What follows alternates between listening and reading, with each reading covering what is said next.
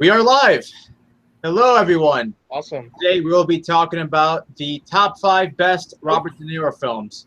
Why are we doing this? Well, actually, I'll tell you why we're doing this. Because I made the fall schedule like during the summer, and there's supposed to be a Robert De Niro movie coming out this week called The War with Grandpa, but that movie's been pushed to 2018. So, I mean, I never even saw the trailer for that, so I don't know how that's going to be. But in any case, we'll still be doing a podcast on Robert De Niro because Robert De Niro is a phenomenal actor. I mean, I think we all know this. It's a cliche to say, but the guy has done so many great films, and I mean so many great films. Like last week was the top 5 Steven Spielberg podcast, and I said that was a really hard list to make, but today was also a really hard list to make too because Robert. Oh yeah, it was pretty hard.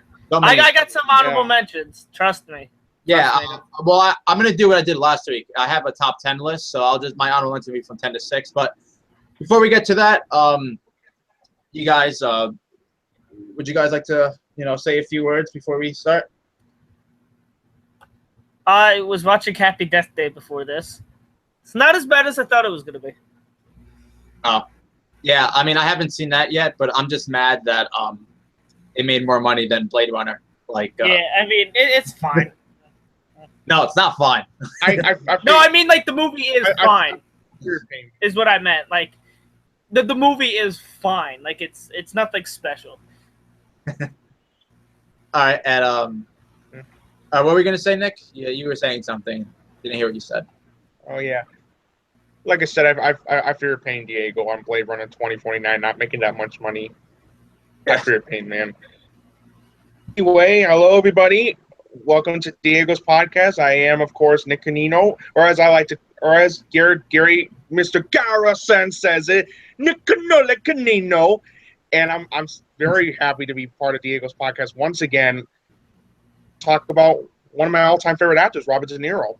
Oh yeah, he's fantastic. It's going to be a fun podcast. Yeah, this is going to be a good podcast for sure. I already have a couple people in the live chat. Danny Russman says first. Yep, congratulations, you're first. If you're not first, you're last. So yeah. Congratulations, Danny. Yeah, congratulations. There's John Wick. He actually asked a question. Anybody else loathe Dirty Dickhead? Well, you'll have to see eventually because, like we always do a worst at the end of the podcast, so we'll be talking about our worst Robert De Niro film. Sammy's on the live chat. Hello, and Justin Williams. My boy. Hey guys, thanks for watching. Hope you guys enjoyed today's episode. So, like I said, I do have honorable mentions, so we'll get started right away. So before I start, I just want to say something. There's one movie that's hailed as one of Robert De Niro's greatest films, and I have not seen it, and I'm so pissed off, but it's fine. Once Upon a Time in America. I did not get the chance to see it. I'm sorry, guys. I know it's like hailed as one of his absolute best, but I just did not have the time to see it. So here's going to be my list with that movie not being on it. So I think I have a pretty good list, though. So, all right. So if I had to make a top 10 list, my number 10 would be Silver Linings Playbook. My number 9 would be The Untouchables. My number 8 would be the poster back there, A Bronx Tale, one of the most underrated films ever made, and for me. And now these next 2 movies, it was really hard leaving them off the list, but still both excellent films. My number 7 would be The Deer Hunter, which won Best Picture of 1978, and rightfully so. And number 6, barely making the list, and I mean barely, Heat. Arguably Michael Mann's best film. Love Heat so much, but did not make my top 5 because there's 5 movies I love even more. So those are my honorable mentions. All right, Nick, do you have any honorable mentions? Yeah, I do have some honorable mentions, and like Diego said, I did not get to see Once Upon a Time in America, which I'm very, very sad I didn't. Yeah. One of Robert De Niro's best, but it's just mad I didn't get to see it just because like I've been so busy with school and movies to see, so that's why it won't be on the list. Mm-hmm. But anyway, I do have like 8 honorable mentions. Okay. And they are The King of Comedy. Yeah, I hear that's a really good one. I didn't get the chance to see that though. Awakenings. Oh yeah, I hear that one's a good one. Mean Streets. The Untouchables. These next four are going to be very controversial because I love all four of these films, but they barely made the list. They barely made the top 5. Next is Casino. Ooh. The Deer Hunter. Arguably Michael Mann's best film to date. Yeah. And oh god, I'm gonna get so much heat for this. My last honorable mention. This is a movie that earned Robert De Niro his Best Supporting Actor Oscar, and I'm like, why did I put this in the top 5? The Godfather Part 2. Ooh, okay. I love the film, I really do, but it was a hard list for me to make. Yeah, this was a very difficult list to make, no doubt. All right, Andrew, do you have any honorable mentions? I can confirm right now Godfather Part 2 will not be on my list. If you want to know why, just go back and watch last week's podcast. Of course, when I went absolutely insane. Yeah. But yeah, no, I got 4. It would be not Taxi Driver. Oops, spoiler alert.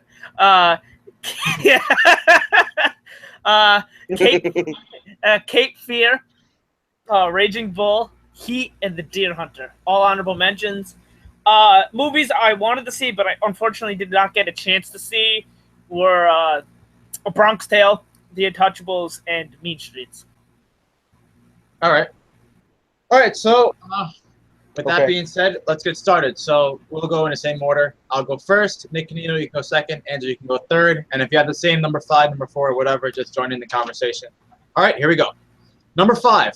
My number 5 is the first film on the list directed by Martin Scorsese. And just there's going to be a lot of Scorsese films on my list, just to let you guys know. But, yeah, I noticed one thing, that I was kind of doing a mini Scorsese marathon, and I was marathoning a bunch of gangster films.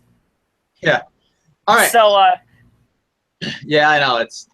All right, so my number 5 is a film I own on Blu-ray. It's one of my favorite Martin Scorsese films. Nick Canino had it in his honorable mentions, and that is Casino. Casino is a 3-hour film directed by Martin Scorsese. It stars Robert De Niro, Joe Pesci, Frank Vincent, who rest in peace. He died like a month ago or so. And rest in peace, man. Yeah, and Sharon Stone. And this film is basically about Robert De Niro. He runs a casino, pretty corrupted, a casino full of like corruption and all that kind of stuff. And Joe Pesci, he's a longtime friend of his, and he has his own agenda going on. And it's a story about like power, money, greed, murder, betrayal, and it's a really epic film. I loved every minute of Casino. It's one of those movies that's 3 hours long, but I didn't mind how long it was. I was so invested in the story, and the pacing is absolutely amazing too. Not once did I ever after the movie was over, I was like, holy crap, that was 3 hours? Like, I didn't even notice it because of how invested I was in the story. Robert De Niro is always fantastic. I mean, he was just amazing in this film. Joe Pesci was so good in this film. Remember the opening scene? Well, not the opening scene, but like it's in the first act where Joe Pesci stabs a guy in the neck with a pen. Yeah, that was insane. Like, you can shove this pen up your ass, and Joe Pesci just takes the fucking pen and just like stabs him like 12. Oh my god, that was intense. Yeah, I mean, he just went from like he was kind of calm, that he just like raged out in like just a couple of seconds. It was, but there's a couple of other scenes too that are just very violent. This is a very violent film, and a fun trivia fact. This is according to IMDb.com. Actually, I'll say 2 things. One is that the word "fuck" is used 475 times in this movie. Like, it's used so many times, they curse. And I think Scorsese's The Wolf of Wall Street, it broke that record. It's like 600 times they said "fuck." So, but and another thing too is that, do you notice how in the movie Robert De Niro is always wearing like different costumes and all that kind of stuff? Well, like the budget for the costumes was like $1 million. So like Robert De Niro wore like 70 different costumes, and Sharon Stone wore like 40 different costumes in the movie, and they all were allowed to keep the costumes after they were done with the film. Isn't that crazy? That's nice. Yeah, that's This crazy. has nothing to do with Jesus, anything. $1 million? Yeah, this has nothing to do with anything. But What? Mark I know Wahlberg that. was allowed to keep the fake dick from Boogie Nights. that's hilarious. But but Casino has Casino's just a really awesome 3-hour film, and some critics, I think at the time, and I did hear that the Academy, because this movie was only nominated for one Oscar, and that was for Sharon Stone for Best Supporting Actress. And I heard a lot of people say, oh, it's just too similar to Goodfellas, that it's not really anything new. I'm like, okay, yeah, there are some similarities to Goodfellas, but really, it's a totally different film. You know, like Goodfellas has its own thing going, Casino has its own thing going, and you know what? They're both amazing. They're both excellent films. So I think Casino should have been nominated for a lot of other Oscars. Scorsese for like Best Director, The Picture, Screenplay. Hell, even add one of the actors for a nomination too. You know, I would very much argue for Joe Pesci. Yeah, and that's saying a lot. You know why? Because, and Robert De Niro. Yeah, and me saying that, like, you know, Casino should have gotten recognition at the Oscars, that's saying a lot, because I think it came out in 1995, I believe, and 1995 was a strong year. You know, you had Braveheart, Toy Story, Casino. Well, Heat actually came out that year too. Yeah, Heat, and there's a lot more films. I know there are, but anyway, yeah, Casino. If you haven't seen Casino, absolutely go see it. It is a phenomenal film, one of Scorsese's best. I really love it, and it's a film I could see myself watching again and again, despite the 3-hour runtime. So that's why Casino is my number 5. All right, Nick Canino, your number 5? My number 5 was the movie that you mentioned in your honorable mentions, Diego, and it is Silver Linings Playbook. Oh, okay. Nice. This was my number 3 film of 2012 behind Argo and Lincoln. Nice. Yeah. And believe me, all three of those were phenomenal films. I gave all those films an A+. These were the films that I could see myself watching over and over and over again. But with Silver Linings Playbook, this is something very special because of the subject. Mm-hmm. This is one of David O. Russell's best films. In fact, I would say aside from The Fighter, this is probably my favorite David O. Russell film. Yeah, it's my favorite David O. Russell film as well. I like it just a little more than The Fighter. For me, it's like Silver Linings Playbook, and The Fighter's like right there. They're both great movies. Oh yeah, they're both great movies. Incredible. They're both great movies, and I think I said The Fighter. Aside from Silver Linings Playbook, The Fighter was my favorite film from David O. Russell, and why I keep saying that? They're both great movies, nevertheless. Everything in this movie is terrific. The story, the script, the direction, acting was terrific. Robert De Niro, he got nominated for Best Supporting Actor for his role, and he definitely deserved that nomination. He was terrific. Yeah. Also, you got Bradley Cooper and Jennifer Lawrence in the film, and they were both terrific too. Yeah, I agree 100%. Everyone gave like a powerhouse performance. You know, even Chris Tucker was really good in it. Yes. Do you understand the words that are coming out of my mouth?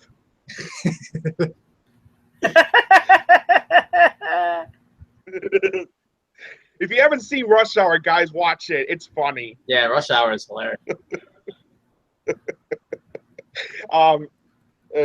The soundtrack was great. The cinematography was phenomenal. It had fantastic editing, great pacing. There are some humorous moments in it. Great, clever, dry, humorous moments. Mm-hmm. The ending was just terrific. Yeah, definitely. There was a reason why this was considered by many to be one of the best movies of 2012. because of not just because of the subject matter, but because of how David O. Russell executed when he was directing this film. It actually, I remember Silver Linings Playbook won Best Picture for the U reviewers. And I could definitely see why it did. It is a great film. Mm-hmm. It is a great film. Overall, Silver Linings Playbook is my favorite film from David O. Russell. I know I said The Fighter was my favorite, but you know what?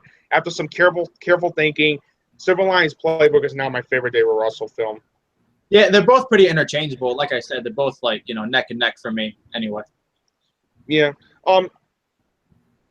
It's a powerhouse, well-acted cast, and it's one of the most riveting and exhilarating films I had ever seen. And that's why it's my 5th favorite Robert De Niro film. All right. Okay. Actually, before you start, Andrew, Danny Russman brought up one point. James Wood was also excellent in Casino. Yes, I agree. James Wood was fantastic. Yeah, he was. Yeah. Every actor, honestly, and that's a common thing with Scorsese, is that like every actor just knocks it out of the park in a Scorsese film. So, yeah, thank you for bringing up James Wood, Danny. I thought I mentioned him, but I guess I didn't. All right. All right, Andrew. What's your number 5? My number 5 is the movie that I kind of spoiled in my honorable mentions, Taxi Driver. Yeah. I love this film. It's easily one of De Niro's best performances. And I just like to see the progression of his character throughout the whole movie. And how, like, I just love seeing the progression. It's really a character study on his character. And it's easily one of his... But he was nominated for the role, and rightfully so.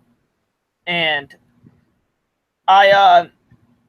just like the scene when he's like, you know, getting the gun and, you know, kind of practicing with the gun and whatnot, and just just kind of like, I guess, training, I guess is the best word to use. Mm-hmm.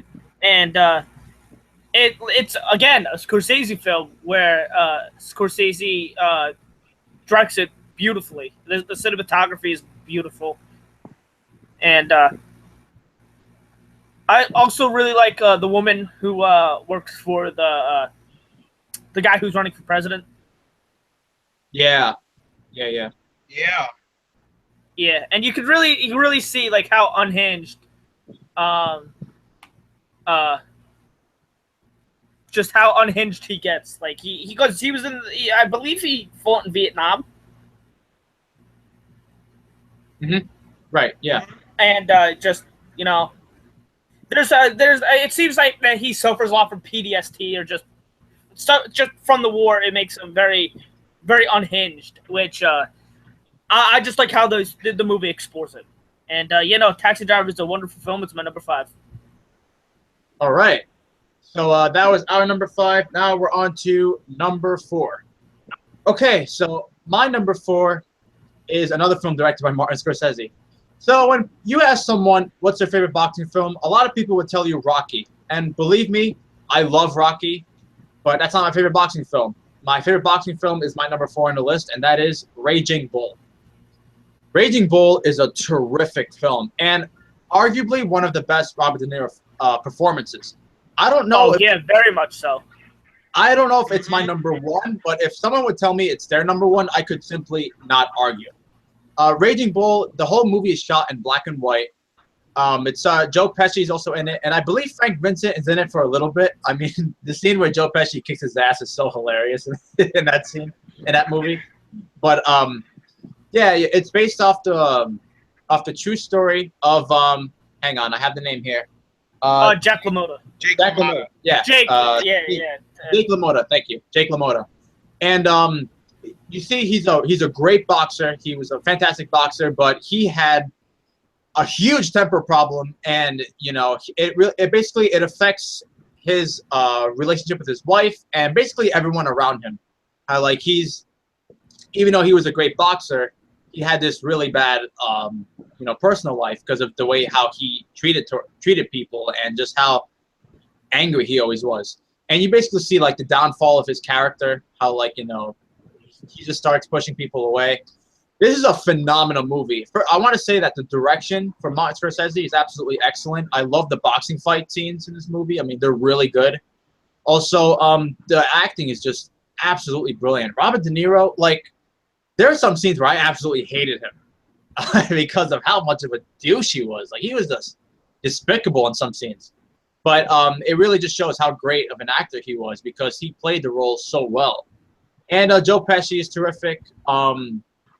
The actress who plays Robert De Niro's wife, she's also terrific as well.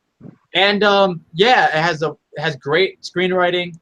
And Robert De Niro did some like crazy training. I read somewhere that like he once did like 1,000 rounds. Like he boxed like almost like a total of over 1,000 times just to like get in preparation for the role, which is pretty crazy. And I think he actually gained weight as well. For his role too. So this is actually like a he transformed, like, you know, to be in the movie, and he won the Oscar for this movie. So, and rightfully so, because his performance was just a powerhouse performance. So he deserved it. Oh yeah, without question, he deserved it. Raging Bull is one of Scorsese's best films for me, and it's my favorite boxing film. I do love Rocky a lot, but I just prefer this ever so slightly. So if you haven't seen Raging Bull and you want to see like a fantastic boxing film, definitely go see Raging Bull. Just go see it. It's phenomenal. So that's why Raging Bull is my number 4. All right, Nick Canino, your number 4? All right, my number 4 is the movie you mentioned in your honorable mentions, and it's the movie that I have as my number 4. It comes from the directorial debut of Robert De Niro. It's A Bronze Tale.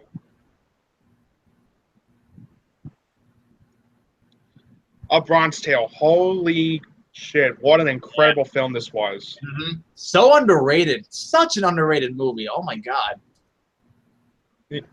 I wouldn't say underrated, but I would say very underappreciative. But I feel like no one really talks about this movie. You know, every time people bring up Robert De Niro films, this film is always absent from discussion. You know, they always mention like his other films. Yeah. You know? Yeah, I kind of agree. I would say it's also very not just underrated, but just underappreciated too, because of he did it. Yeah. Also, I'll also say this: it's one of the best directorial debuts I think I've ever seen. I definitely agree with that. Yeah. by the man himself. This is a film that came out in 1993, which was one of the best years for films. I mean, with films such as like Dazed and Confused, Jurassic Park, and films like What's Love Got to Do with It, The Piano, and of course the Oscar-winning Best Picture Schindler's List. Here comes a film that has served as one of the best directorial debut films of all time, and that's A Bronze Tale. Everything in this film was terrific. The story was fantastic. The script. This was written by Chaz Palminteri, and he did a fantastic job writing the script. He absolutely did, yeah. The direction that Robert De Niro took with the film, phenomenal. The acting was phenomenal. Both Robert De Niro and Chaz Palminteri delivered some fantastic performances. Yeah, absolutely. Yeah, and I also want to mention Joe Pesci. I mean, granted, you don't see Joe Pesci that much throughout the film, but when he's in it, oh man, he absolutely shines in it. Yeah, definitely. Yeah, the cinematography was fantastic. It had terrific editing. There are some great action sequences. Since it is a crime drama film, there's some fantastic action sequences. And what I also loved about this film was how funny it was, like how for those humorous moments. Yeah, definitely. There's definitely a lot of humor in this movie, and it really works too. It's really funny. Yep. Overall, if you haven't seen A Bronze Tale, watch it now. It's a classic, and that's why it is my fourth favorite film of all time. And you know, fun fact, my dad loves this movie too. He said that Bronze Tale is one of his all-time favorite films. Oh, that's interesting. Actually, my father and brother like love this movie. I know, like when my brother was young, my father and my brother would always watch it like all the time because that's how much they love that movie. And when I saw it for the first time, like, holy shit, this is actually really good. You know what's one of my favorite scenes, Nick? The bar scene. What's that? The Yes, bar scene. I love that scene. The motorcycle gang. Oh my god. That's all sorts of bad. Yeah. Yeah, that was great. Yeah. Well, a terrific film for sure. Very underrated. All right, Andrew, what is your number 4? My number 4 is Silver Linings Playbook. Yeah. Nice. You know, it's easily one of David O. Russell's best films. Easily Jennifer Lawrence's best performance, in my opinion. I would also say it's probably Bradley Cooper's best performance. In my opinion. Yeah, between that and Place Beyond the Pines, yeah, it's like one of those two. I absolutely love Bradley Cooper in this movie. Just, I think he, I don't know what this was 2012. So, what Daniel Day-Lewis won that year, right? Yeah, for Lincoln. Yeah. I don't know who else was nominated, but there was Denzel Washington for Flight, Joaquin Phoenix for The Master, and someone else. I gotta look it up. I'll find out. But anyway, Jennifer Lawrence rightfully deserved the Oscar. Like she's fantastic in this movie.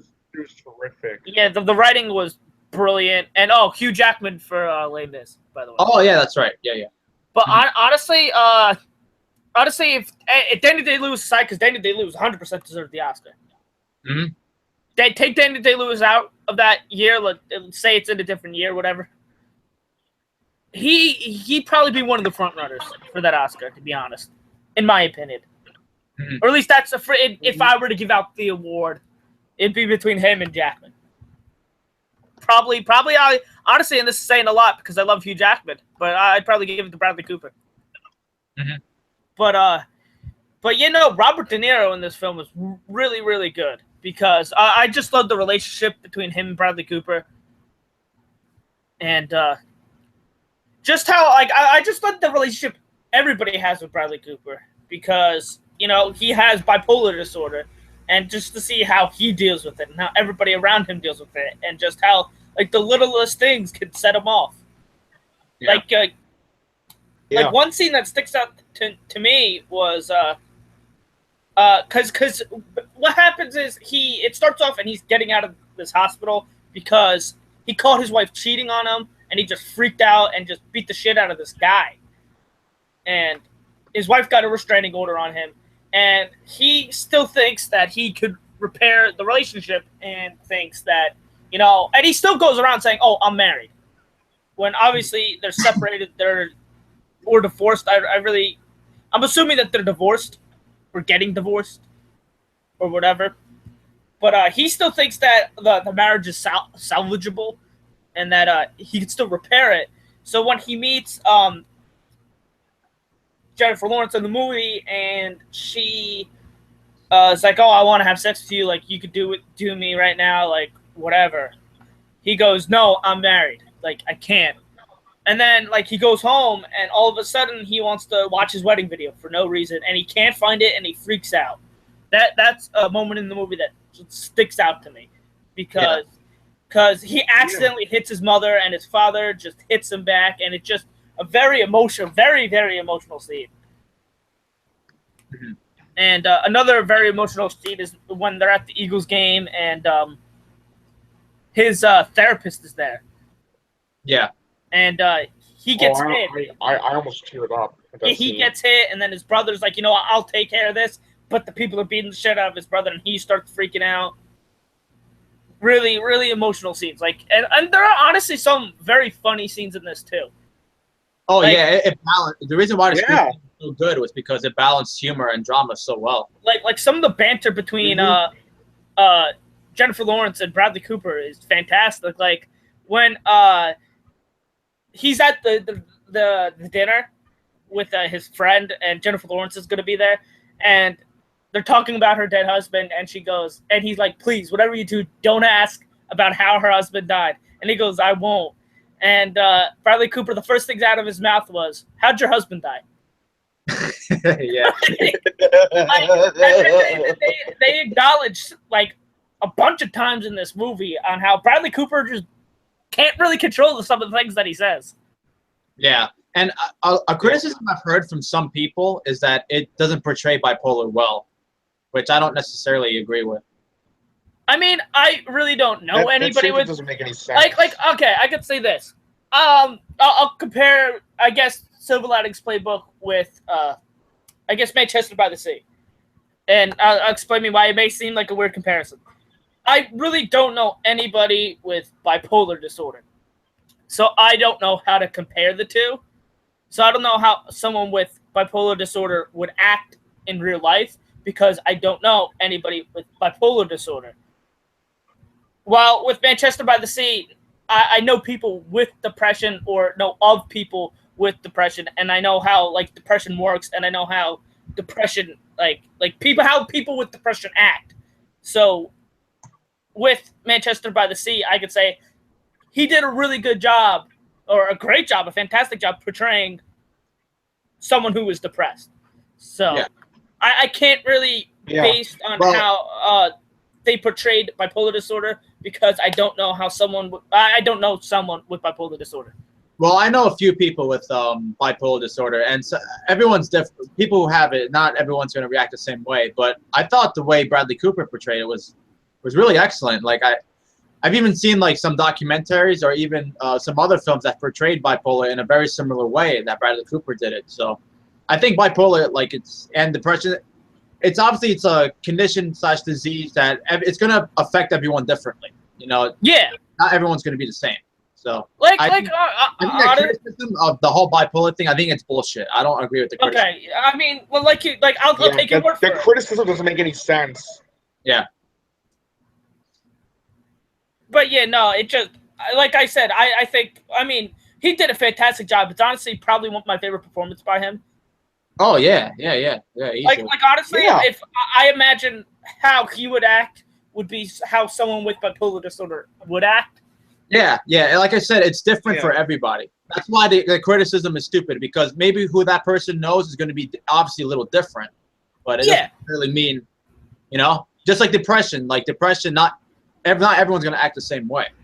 So yeah, I mean, there are people who are like slightly depressed, or not like slightly, but like there are people who are more severely depressed than other people.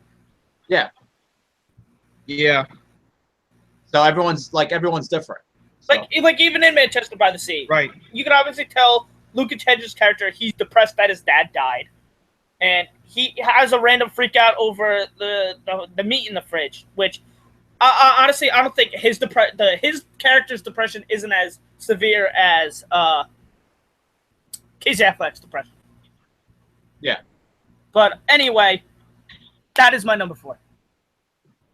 All right, so that film Manchester by the Sea affected me. Like, was one of the 3 films that affected me so much that year.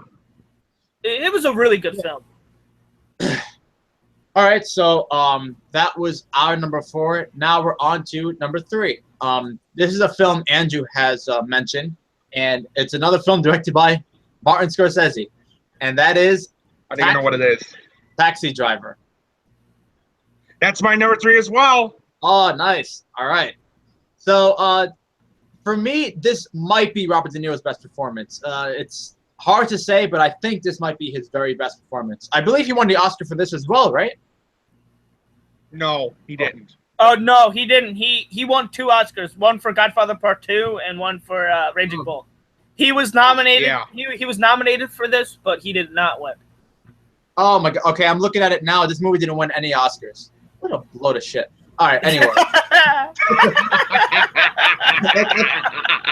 I thought it won something. That's I don't know how.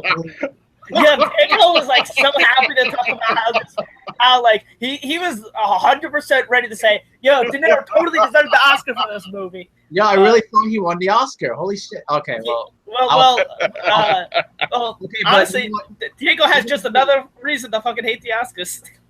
You know, even though he didn't win the Oscar, that doesn't take away how incredible his performance was. Like, he plays for those of you who haven't seen Taxi Driver, I'll just say the plot real quick. He came back from the Vietnam War, and he's very mentally unstable. Like, you can tell something is clearly off about this guy. So as the movie goes along, he meets Jodie Foster, who's very young in this movie. You know, she's a young prostitute, and he has this idea of wanting to get rid of like all the scum of the earth, like how he says it. So he wants to like kill all the bad guys. So he like kind of becomes a vigilante in a sense, and he wants to save Jodie Foster from prostitution because, you know, the girl is so young and she shouldn't be involved in prostitution. But this movie is phenomenal. It is an incredible film, and Robert De Niro owned this role. And okay, he didn't win the Oscar, but I mean, how incredible was he, right? Like, I didn't even see. Oh, he was incredible. I saw like his character, and you know what? There's one thing, and I can't believe you didn't mention this, Andrew, but this has one of my absolute favorite cameos of all time, and that is the cameo from Martin Scorsese. Oh yeah, yes, he was actually really good in it. I was like, holy shit. That was like an incredible cameo scene. Yeah, Jodie Foster is awesome, and Harvey Keitel. He plays a villain, and he's pretty despicable, but he's really good in it as well. I love the without spoiling anything, the third act and when things start to get real. It's pretty awesome. Oh my god, pretty awesome to see. Yeah, and Albert Brooks is in this movie. And yeah, this is a phenomenal film. Again, one of Scorsese's best, and one of Robert De Niro's very best performances. And well, since it's on my list, I think this is one of his very best films as well. So, Taxi Driver. That's pretty much what I got to say about Taxi Driver. And in short, if you haven't seen Taxi Driver, see it right away. I have a poster like across my room.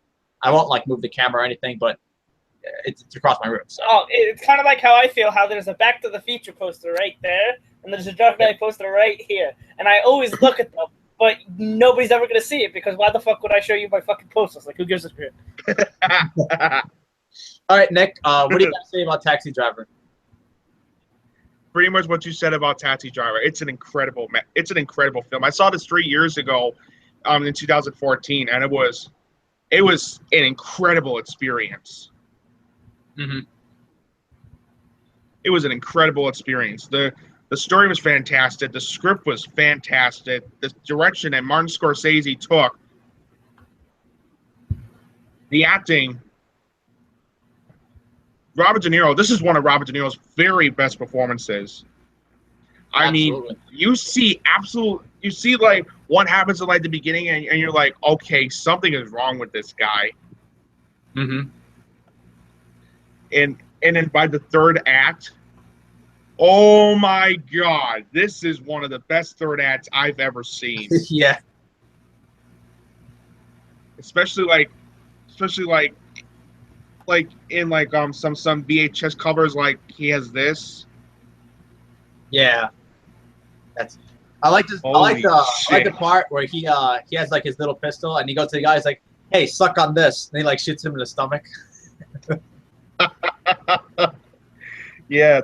That was oh my god, that was incredible. Yeah. Jodie Foster was terrific as well as Harvey Keitel, and Martin Scorsese being a cameo in this film. I saw that scene, I was like, is that Martin Scorsese? And then I looked it up and I'm like, holy shit, it is. Yeah, because like obviously he was so young because the movie was made in the 70s, but yeah, it's him. Yep. The score was fantastic. The cinematography was incredible, and fantastic editing. They had some funny moments in it too, like I should say. Oh yeah. And as I said, this movie offers one of the best acts I've ever seen in a motion picture. Mm-hmm. I agree. Because if you are patient by the first two acts, you're in for one of the greatest third acts of all time. Yeah, absolutely. And it has one of the Shit greatest gets lines. real. It has one of the greatest lines like ever. You talking to me? You talking Are to you me? talking to You me? talking to me? You talking to me? Yeah. Who the fuck are you talking to? Actually, I love this. here's a fun fact from IMDb, and this is actually really cool. Robert De Niro worked 15-hour days for a month driving cabs as preparation for this role. He also studied mental illness. That's crazy. That's like, Wow. Honestly, that just shows the dedication he has for this role. yeah, Or like and for I'm any saying, role. like in Raging Bull as well. How like he did over like 1,000 rounds of boxing, and then actually gained weight because like towards like the third act of the movie, Robert De Niro was older and he's like fatter, so he like it's crazy how like committed this guy is. I love hearing like actors that do this. Like Benedict Cumberbatch in Desolation of Smog. To get the movements right, he like went to like zoos and like studied how like lizards moved because he wanted to get the movements right. Crazy. Yeah, crazy. And it really sucks how like you talking to me? And it sucks how like a lot of the actors talking to me are like this. They don't get like the Academy recognition. I looked it up, and in the defense of the Academy, it's it came out the same year as Rocky. So Rocky. Okay. Oh, yeah. I mean, I would have went with either or, honestly. And Network also came out in 1976. The film Network. I haven't seen Network. Yeah, I haven't seen it, so I can't like. Yeah. Say it. But yeah, no. Rocky. I mean, I love Rocky. It's one of my favorite films. Oh yeah, I like Rocky more. Rocky. Yeah. Yeah. So. But I think Robert De Niro should have won over Sylvester Stallone. Oh, did Sylvester Stallone even win? No, he didn't win. It was no. And Peter Finch. He didn't win either. Peter Finch for now. Oh, Peter okay. Finch? So the film I haven't seen, that's the one. Okay. But I mean, it's not like one of those cases. One of the we'll get to it later. But like when Dancing with Wolves won over Goodfellas, like it's not like one of those. All right, Nick. Do you have anything else to add about Taxi Driver? You talking to me? You talking to me? I'm watching you. Sorry, I had to. Anyway, watch Taxi Driver if you haven't seen it. It's a masterpiece. It's one of Scorsese's very best films, and that's why it's my number 3. All right, Andrew. What's your number 3? My number 3 is one of the most underrated films of all time, in my opinion, by the man, my boy, Quentin Tarantino, Jackie Brown. That is very underrated. I agree. I absolutely. Yeah. I mean, everybody in this movie is fantastic, but like, I love the banter between Robert De Niro and that I guess hooker, whatever you want to call her. Oh yeah. I don't know what to call her, but the blonde chick that stays with Sam Jackson's character. Yeah. Mm-hmm. I love the banter between both of them in the mall, and he finally just like had enough of it and shoots her, and he goes, "I just wanted to hear her shut up." Like that's hilarious. But I love the banter between Sam Jackson and Robert De Niro. Like it's great. Sam Jackson is so good. Actually, here's a fun fact about the movie. Well, Sam Jackson actually thinks Jackie Brown it's actually his favorite Tarantino film. I mean, my personal favorite is Pulp Fiction, but honestly, same here. Well, like how the fuck do you speak it? like when we did the Quentin Tarantino podcast, like Jackie Brown pretty much just missed out on my list. Yeah. Like it was honestly, like Quentin Tarantino was like, I know we always say, oh, this was a hard list to make, but Quentin Tarantino was a hard one because Quentin Tarantino is my favorite director, and I love all of his movies, with the exception of Death Proof, which I still like. But other than Death Proof, I love Jackie Brown. I love Hateful Eight. Reservoir Dogs, Django Unchained. I love all those films. I think they're all fantastic films. And it was very hard for me to leave Jackie Brown off my list because it is just another one of those. It's just fantastic. I just love everybody. I love the woman who plays Jackie Brown. Her name is escaping me right now. Pam Grier. Fantastic. I think she should have got an Oscar nomination for it. But I forget. I know the guy who she has the romantic relationship with. Again, his name is Robert Foster. Robert Foster. Yeah, he very much deserved an Oscar nomination. Michael Keaton's great in this too. Mm-hmm. I think the thing I love about Tarantino is not only is he a great writer, but he's a great director, but he's a fantastic writer. And I love well-written films and well-written characters. And this film, Jackie Brown, is chock full of them. Another thing Jackie Brown in common with Tarantino films is that they have phenomenal soundtracks, and Jackie Brown has a really great soundtrack. Like, it really fits the mood and like the setting of the film. Like another thing that I noticed is that with Quentin Tarantino films, even though they might not get Oscar nominations, he constantly brings out Oscar caliber performances. Oh yeah, without question. I mean, with the exception of Death Proof, which again I like, and it's fine, but like Pulp Fiction, 2 Oscar nominated performances, or 3 actually, with Uma Thurman, John Travolta, and Sam Jackson. Sam Jackson, honestly, in Hateful Eight, Django Unchained, Pulp Fiction, and this movie, he should have got that. That should be 4 Oscar nominations right there for him. And the win. He was really funny in this movie, actually. Like, he was. Just the way he says things is like so hilarious. Yeah, I mean, he should have won, for Pulp Fiction. And trust me, I love Ed Wood. I love Martin Landau's performance. Martin Landau's performance is fantastic. But when I say nobody could touch Sam Jackson that year, I mean nobody could touch Sam Jackson that year.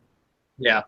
And even with the ones where Sam Jackson isn't in, you got Inglourious Bastards, where within the first 5 fucking minutes of the movie, he wins the Oscar in Christoph Waltz.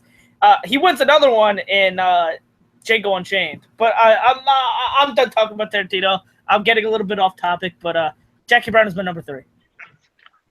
All right, so that was our number 3. Now we're on to number 2. Okay. My number 2 is a film I mentioned on a previous podcast, which is a sequel podcast.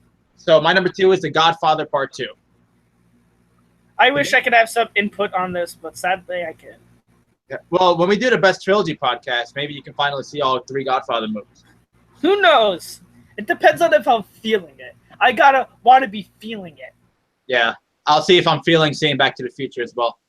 But anyway. All right. If you see Back to the Future and you show me proof that you see Back to the Future, within reason, I will stop what I'm doing and watch The Godfather. All right, then. But now you're giving me back. But you gotta giving me flashbacks of the other podcast. All right, I will quiz you on Back to the Future. Okay. And if it's to my liking, I will watch The Godfather. All right. But watch The Godfather right now. But The Godfather Part 2, one of the absolute greatest sequels ever made. It's simultaneously both a sequel and a prequel, and Robert De Niro won an Oscar for this movie. And the whole movie, he doesn't speak one word of English. He's just speaking Italian like the whole time he's on screen. And he is a badass character. Like, he plays the younger version of Vito Corleone. Vito Corleone. And he's awesome in it. He's incredible. And Well, everyone is. I mean, just a masterfully crafted film. You know, even though again it's a 3-hour film, but you know it's so good, and I was just so invested in the story. So, I mean, I don't really want to repeat a lot of what I said in the sequel podcast, but what I'll say is it deserved the Best Picture Oscar. It's one of the greatest sequels ever made. Robert De Niro was awesome in it, and so was Al Pacino, Michelle Pfeiffer, and everyone else in the movie, to be honest. And the direction was phenomenal. The cinematography, the score, the story is awesome. I mean, this is like as epic as you can get when it comes to a movie. And yeah, The Godfather Part 2 is a cinematic achievement. I absolutely love this movie, and that's why it is my number 2. All right, Nick Canino, what is your number 2? Like I said, it was. I tried very hard to keep The Godfather Part 2 off the list, but not off the list, but it was just one of the toughest things I've ever done. Yeah, I mean, I can. The movies you mentioned though are like really great too, so like I can't be mad of you not putting Godfather Part 2 on your top 5. Godfather Part 2 is like my all-time favorite sequel. Yeah, I had it as my number 5. Me and Jerome had it as our number 5 on that podcast. So, my number 5 was, I believe it was Toy Story 2. Oh, that's cool. Yeah, that's another. That was a great movie. Yeah, and fuck the haters, because that movie's great. I don't know why people say Toy Story 2 is the only bad Toy Story one. Like, get the hell out of here. All right, listen here, motherfuckers. I don't know where you heard this bullshit. But in fact, I think Toy Story 2 is the best goddamn one of the trilogy. Thank you very much. Yeah, it's one of the very few films on Rotten Tomatoes that has 100%. Yeah. Yep. Yeah, so I don't know what fucking meth those people are fucking smoking, but like... Yeah. I don't know. Not just any movie has 100% on Rotten Tomatoes. Thank you very much. Yeah, there's only like very, very few films that have like 100% on Rotten Tomatoes. Like it goes the same way with 0% on Rotten Tomatoes. Not any movie has 0% on Rotten Tomatoes. Yeah. All right, Nick, what is your number 2? Okay, now getting on into it for real. My number 2 is the movie you mentioned, Diego, and it is Raging Bull. Yeah. Great film. I love this film so much. And like Taxi Driver, this is also the second Scorsese film on my list. It is one of the greatest movies I had ever seen. And like great films like Schindler's List, this movie was shot in black and white beautifully. Yeah. Beautifully in black and white. It's also, I would also say it's my favorite boxing movie of all time. Yeah, thank you. Yeah, I'm not alone. Yeah. I mean, don't get me wrong. Rocky's a great movie. It is a phenomenal movie, one of the greatest movies ever made. But yeah, I agree. When comparing to a film like Raging Bull, I'm with Diego. It is the best. It is the best boxing movie ever made. Yep. Everything in this movie was incredible. I saw this film a few years ago, on watching it late at night on my VCR with putting the tape in to Raging Bull, and I was just absolutely amazed at what I've just seen. Like, I mean, wow. The story was phenomenal. The script was fantastic. This was written by Paul Schrader, and he did a terrific job with it. Yeah, definitely. The direction Scorsese took with the film, phenomenal. The acting was phenomenal. Robert De Niro, I would say this is my favorite performance from him as Jake LaMotta. Yeah, and he rightfully. Honestly, though, like even though Raging Bull wasn't on my list, I do. This is him in Raging Bull. That is my best performance, or my favorite performance of his. Mm-hmm.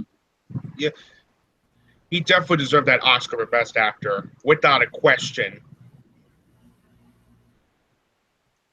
Yeah. Also, this movie won Best Film Editing as well. Deserves so because the way it was edited by Thomas Schoonmaker. Phenomenal. Mm-hmm. Definitely. The rest of the acting was terrific. Kathy Moriarty is fantastic in this movie. Definitely. Yeah. And also Joe Pesci. I think this was his first movie. Oh, This really? was his first movie he was in. Oh, shit. Yeah, I think so. That's awesome. And this is one of the greatest breakthrough performances I've ever seen. Hold on, I'm gonna check, because if it is, that's pretty awesome. I know he was. I'm pretty sure this was his first film. I think I know. Well, if it is, okay, so, all right. So it says his first film is The Death Collector. I don't even know what that is. So like his second film was Raging Bull, or third film. So it was like one of his. So like it is a breakthrough performance, but he has acted in things before. crap. But like I think it was like his breakthrough performance. Like that's the one where he was on the map. I think he got nominated for Raging Bull, but I'm not 100% sure. For Raging Bull, I don't think so. I don't think he was nominated. No, okay, so yeah, one best actor, one best film editing. Oh no, he was nominated. Yes, he was. See, I know my shit. Don't fucking doubt me.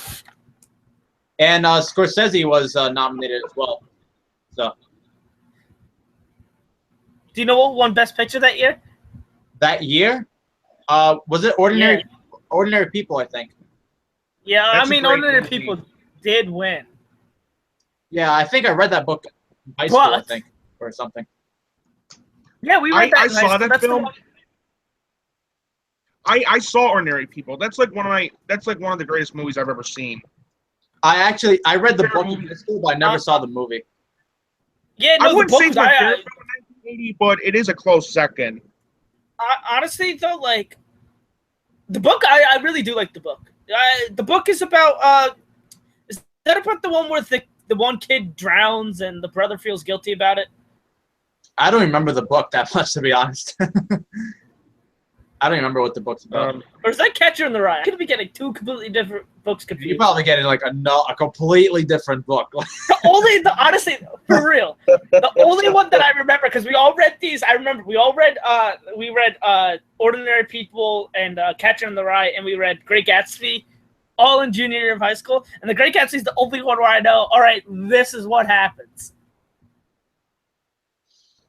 Yeah, but so continuing. Yeah, continuing on. Continuing on what I was about to say, yeah, I already mentioned the acting, the score, and cinematography. The cinematography is absolutely phenomenal. The way it was shot in like black and white, it's just phenomenal. Absolutely. Mm-hmm. Also, I did mention the editing. It was fantastic. This is one of the best editings I've ever seen. It's very well paced throughout. Mm-hmm. And the boxing sequences, phenomenal. Yeah, they're really good. Yeah, and what I also loved, there are some funny moments in it too, I should say. Mm-hmm. And the way it ended, I was like, wow.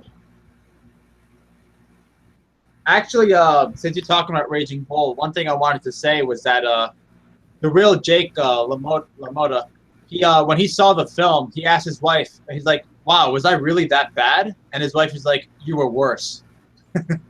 Oh wow! Actually, didn't he? He died like recently. Died recently, yeah. Yeah, like a month ago, like last month. Yeah, I remember reading about that. Like very, very recently, like September. Yeah. No, it was very recent. Mm-hmm. Yeah, I think it was around my birthday that he died. Sad. But it is one of the best like biographies of like someone I've seen. That. Yeah. That film is in my top 20 favorite films of all time list, I should say. Yeah. Well, features a fantastic performance by Robert De Niro, and absolutely deserved Oscar from him. best boxing movie I had ever seen.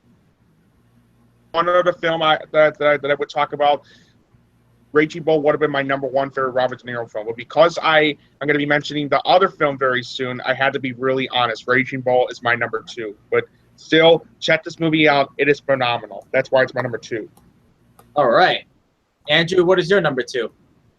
My #2 is Casino. Yeah, another awesome Scorsese film. Yeah, honestly, like, even though, like I said, Raging Bull, Cape Fear, like, missed my list, they're awesome films. Yeah. I guess, like, just him and Robert De Niro are just, like, dynamite together. Yeah. Scorsese. No, okay, I got a quick question. Would you prefer a pairing between De Niro and Scorsese or DiCaprio and Scorsese? That's really hard. I don't know. Because they're both... I don't know. It's really hard, honestly. They both got great films. Yeah, and I guess it's a little biased on my part because Leo DiCaprio is my favorite actor of all time. But it's like, even the films we mentioned, just like with Robert De Niro and Scorsese, they're both like, just together, they're like brilliant, you know? So it's really hard to say. Honestly, this is what I will say. Next year, The Irishman's coming out, and Robert De Niro is going to be in that, and I cannot wait for it. So Joe Pesci's coming out of retirement to do this movie. Yeah.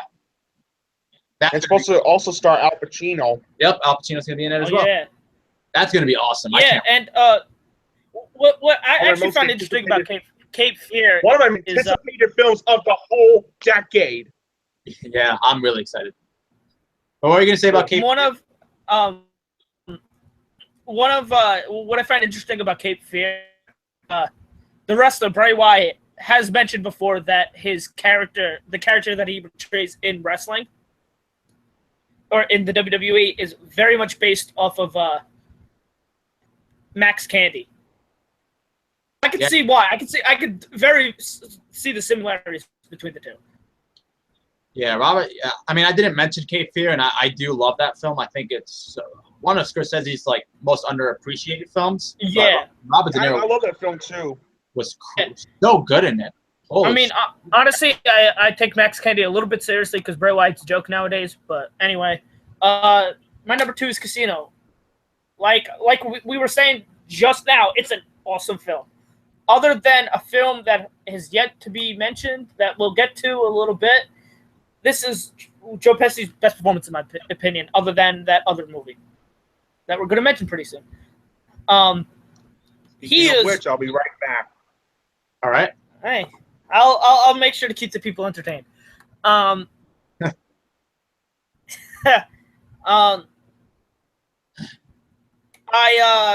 lost my train of thought. Oh yeah, Joe Pesci is just as terrifying in this movie as he is in Goodfellas. Yeah, like he's crazy. like when you mentioned the when he's getting stabbed with the pen. Yeah. But like Robert De Niro explains on how like terrifying this guy is. He goes, "Oh, you bring this, he's gonna bring this. You bring this, he's gonna do this. If you shoot him, you better hope that he's dead because he's gonna come after you." Like, that's pretty terrifying. Like, yeah. And I just love the way how this role was perfect for both De Niro and Pesci, and Sharon Stone was fantastic in this. Yeah. And just how everything ends is just fantastic. And it's a 3-hour movie, but I'm so entertained and so, into the story and so invested into everything. It went by so fast. Oh yeah. And like, honestly, I know like long run times can turn people off, but like if they could do it like this, because 3 hours is a really long time for a movie. Yeah. I would say on average a movie is usually, I would say, an hour and a half to 2 hours. Mm-hmm. That I consider that like I guess an average normal runtime. Yeah. And but the pacing was just so well done, and that everything was just so well done, and I was just so entertained. If it's entertaining like this, it doesn't matter. But because I've said this before, there are movies that are an hour and a half, that just bore the ever-living shit out of me. Or just are so infuriating where it feels like it's 3 hours. But when you get movies like Casino and where they feel like an hour and a half and you go, damn, I want more. Yeah, and Martin Scorsese is just does such an awesome job with pacing in his movies and like just time, honestly. I've noticed, Scorsese, I would say Scorsese, Nolan, and Tarantino are fantastic with pacing because Pulp Fiction, another movie that 2.5 hours. 2.5 hours feels like nothing. The Dark Knight, that's well close to 2.5 hours.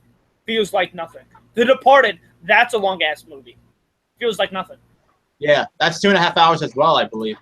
So. Yeah, and like Tarantino's shortest film, it could be the only one that's under 2 hours. Is Reservoir Dogs. Yeah. And all of his movies are like 2:20, 2:30.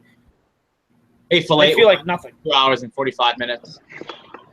What is it? Interstellar was on like 2:40, 2:50. Yeah, that felt like nothing. Yeah. So like Scorsese, I just feel like his movies, even though some of them are, I feel like a lot of his best ones are actually like 3 hours long or close to that runtime, and you don't even mind because of how investing you are with the story. And I think that's the important thing to remember is that people ask me like, do you mind if movies are long? Honestly, if I'm invested in the story, then no, I don't mind. Honestly, a movie could be 24 hours, for argument's sake. But if I'm so invested into the story, I'd rather have a movie that's super long, but where I'm vested in the story. Yeah. And I don't care about the runtime because I'm a movie buff. I just love watching movies, and what I want to see in a movie is a story where I'm invested in, characters I'm invested in, and I want to be entertained. Film is a form of entertainment. Okay, MC. I want to thank MC Deadpool because he brought up an amazing point. He said, "Blade Runner 2049. That's almost 3 hours, and it didn't feel like it." Yeah. Yeah. For real. Yeah.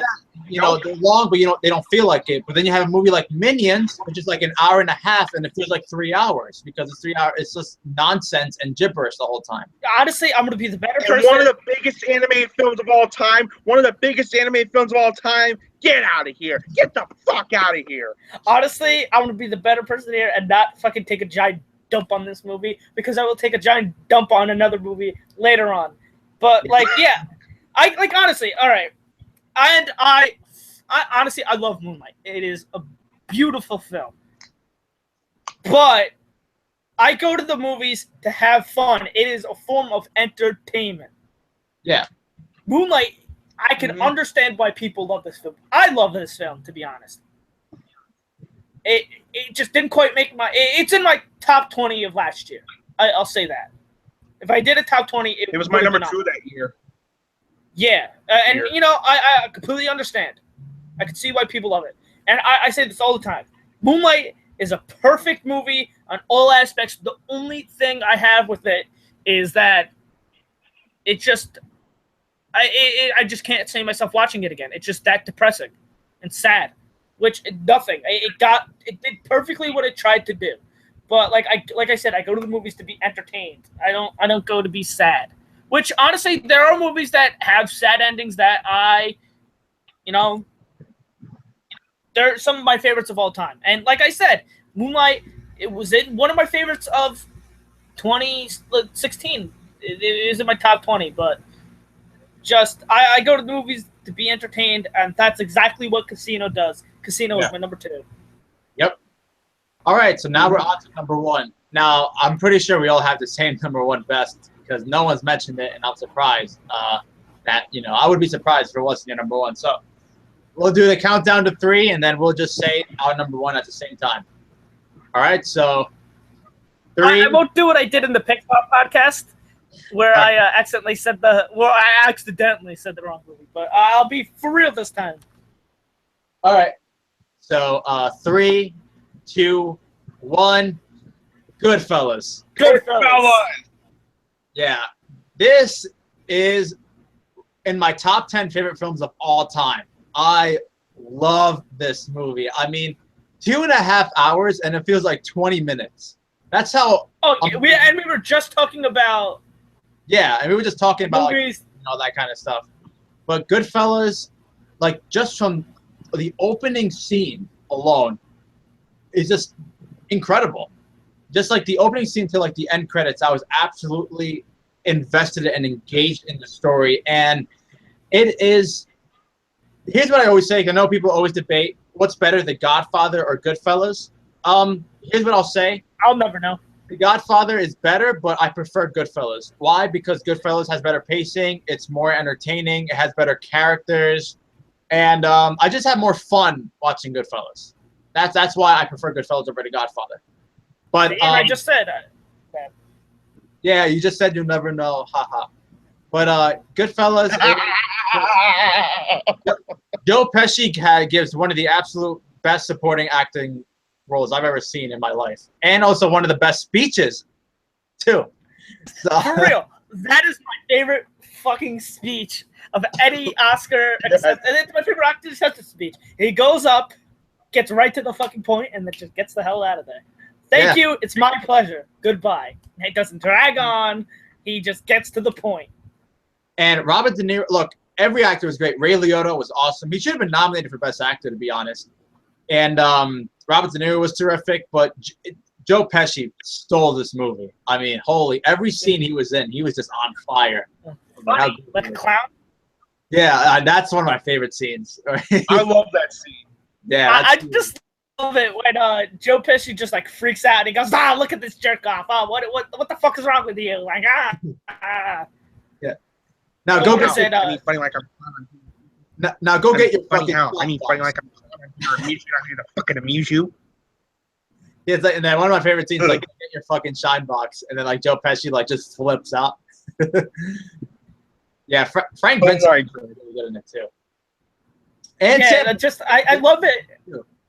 Sam Jackson. Yeah, but like he doesn't really do anything. But the direction is brilliant. The writing is phenomenal. I mean, this is a film that if it was like 5 hours long, I wouldn't have cared because of just how good the pacing was and just how amazing the film is. So, yeah, I mean, I can just go on and on for how much I love this movie. Again, this is like in my top 10 favorite films of all time. And to be honest, like this is a film I could see myself watching again and again and again, and I'll never get tired of it because that's how brilliant the film is. But that's what I'll say for now. Nick Canino, why is Goodfellas your number one? Pretty much what you described it. It's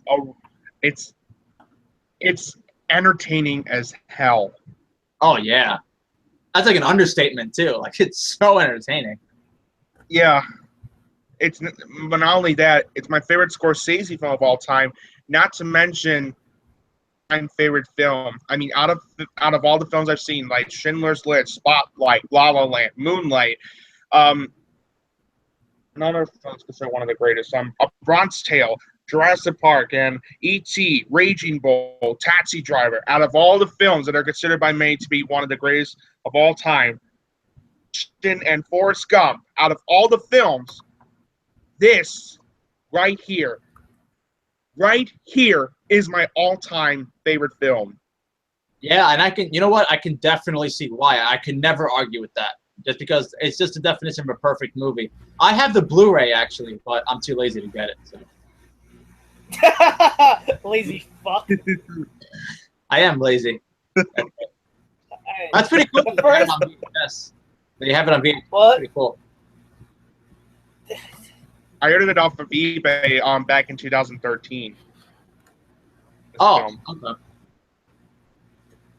I own a bootleg copy on VHS of Scream. What that has to do with anything, I have no clue. Okay. Everything in this movie was terrific. Everything. The story, fantastic. The script, amazing. The greatest script I had ever seen. I mean, from the first time you hear like the narration, like, as far back as I can remember, I always wanted to be a gangster. I'm just like, Yeah. I'm just like, my God, I'm gonna be in for a treat, am I? And then all of a sudden, I was. Hmm. The direction by Scorsese. This is the best direction he's ever done. Oh yeah, I can honestly agree with that. The acting was terrific. Robert De Niro, as always, is always terrific in this film. Ray Liotta was phenomenal as Henry Hill. Oh, absolutely. Yeah. Joe Pesci rightfully deserved that Oscar for Best Supporting Actor. I mean, wow, can this guy like? Oh my God! And as they always say, don't fuck with Joe Pesci. He was crazy in this movie. Like, I remember the first time I saw Joe Pesci was in Home Alone. And, I thought he was funny in that movie and whatever. But then I saw Goodfellas, and I was terrified of him. I was like, oh, my God. Thank God. Yeah, because, like... The character in Home Alone. Like, even with the whole, like, oh, you think I'm funny like a clown scene, like he tells, like, a funny fucking ass story. Yeah. And then, like honestly, like, and then what Ray Liotta says to Joe Pesci, and he gets all serious, and it looks like he's about to fuck him up, and he goes, "Nah, I'll just fuck with you." I go, "That's fucking terrifying." Like, it's funny as fuck, but like, dude, like, if I was Ray Liotta, I'd shit myself. Yeah. Lorraine Bracco, who plays Karen Hill in the film, she's absolutely terrific too. Yeah. Oh yeah, absolutely. Mm-hmm. As well as Paul Sorvino. Yes, yeah, he's excellent as well. And what's really cool is that in the movie, Joe Pesci's mom is actually Martin Scorsese's mother in real life. Oh, okay. Yeah. Yes, I knew that. Yeah, it's pretty awesome. It was terrific too, I should say. Yeah, no, she was really good in it. Yeah, and also, what's really cool is that you don't see this guy that much in the film, but when you do, he is absolutely terrific. Samuel L. Jackson. Oh yeah. I mean, he didn't really do that much, but yeah, he was fine. He was very good. He was terrific. Yes, he's not in it that much, but the thing is, whether he's in it that much or you can't deny he's still that terrific. I mean. Well, yeah, I mean, I guess anything Sam Jackson's in, he's going to be, Like, I don't care what anybody says. I fucking love Snakes on a Plane. Snakes on a Plane. It's very... Motherfucking snakes on this motherfucking plane! Hey, listen, Snakes on a Plane is a very big guilty pleasure of mine. Yeah, I mean... I'm not going to lie, that's a guilty pleasure. Yeah. Yeah, no, it's not a good movie, but it's just so much fun to watch. Oh, yeah. I give that film a 3.5 out of 5. Silly. Well, it is very, very silly, but here's the thing. I enjoyed it for what it was. Yeah, what it was going for was it did perfectly, but it wasn't supposed to be some Oscar caliber movie. No, it was supposed to be a very fun, entertaining movie, and that's exactly what it was. I want to mention one more quote from Samuel L. Jackson. This is from another movie, as one of my all-time favorites, Pulp Fiction. Does he look like a bitch?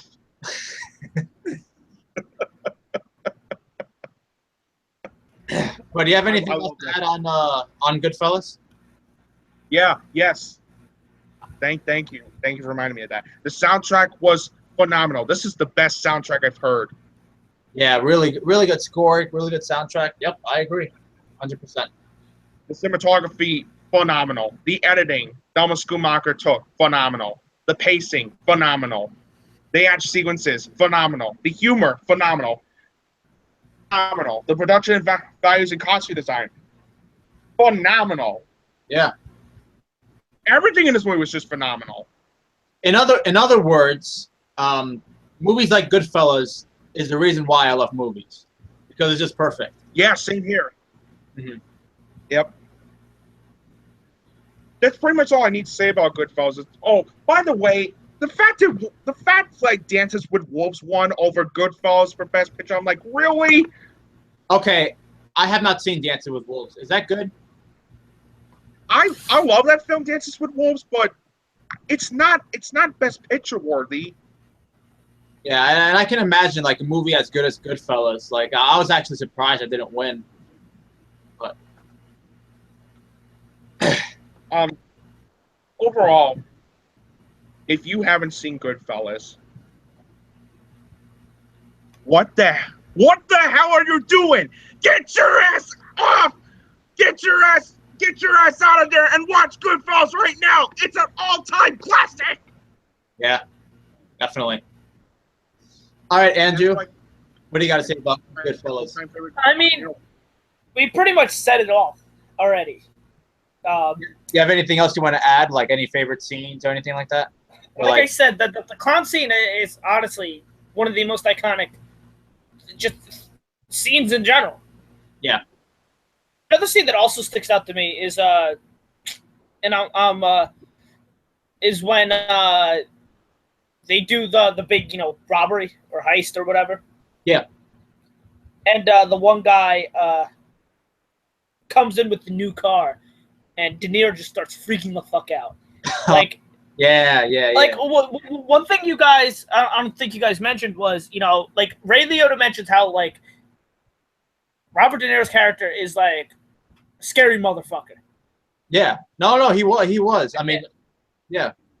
And I think like that just scene alone proves like how like scary he is and how serious he is. And another scene that I like is when oh man, when they play Layla and like show like what happened to people. That's But no, you guys pretty much said it all about Goodfellas. It's a fantastic movie. It's easily in my top 10 as well. Oh yeah, well yeah, without question. I mean, it's just that's like a 6 out of 5 movie. It's like just. But I think the thing is with me, I go, oh, this movie could be in my top 10. This movie, like the only movies I know, like my top 5, I could definitely say right now in what order my top 5 is in. Like 6 through 10, I gotta like really, really think out because I feel like so often I say, oh, this movie's in my top 10. This movie's in my top 10.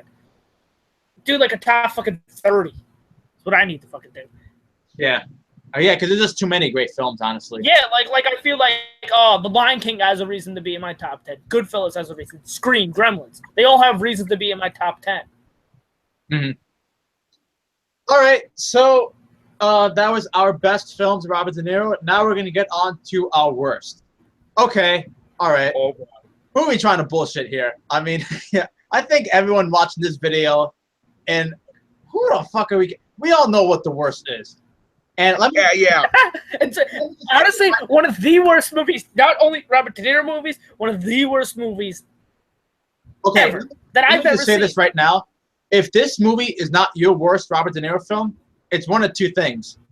One, you haven't seen Dirty Grandpa, or two, I don't know what else to say, because I guarantee you, if whatever your worst movie is that isn't this, that movie's a masterpiece compared to the movie we're about to talk about. So, on a count of 3, we're gonna say this movie and tear it apart. All right, so 3. Let's do it. Nick's ready. 3, 2, 1. Dirty Grandpa. That was awful, but fucking great at the same time. Okay, so I'll start on this. I won't go too crazy because this film has been ripped apart so many times, and absolutely rightfully so. This is, without question, one of the worst films I have ever seen in my life. This film is deplorable. It's garbage. It's atrocious. There is not one even little single redeeming factor of this movie. Even Robert De Niro, what's even more infuriating is that we were talking about how many great films he has, and like there are films he couldn't even fit in our top 5 because of how many like 6 out of 5 movies he's been in. But then he makes something like this, and you're like, you've got to be kidding me, right? And his character in this movie is so despicable, and Zac Efron is also god awful in this film too. Like this is probably Zac Efron's worst performance as well. And honestly, though, what? Honestly, though, I feel like for what they were given. I'm not saying they're good performances by any means, and I'm not trying to defend their performances, but I feel like their performances was more on the characters rather than the performances itself, because I couldn't stand either character. No, I hated every character in this movie. No character in this movie was redeeming in the slightest. Yeah, me, same here. Especially Pam, the drug dealer, and the police officers.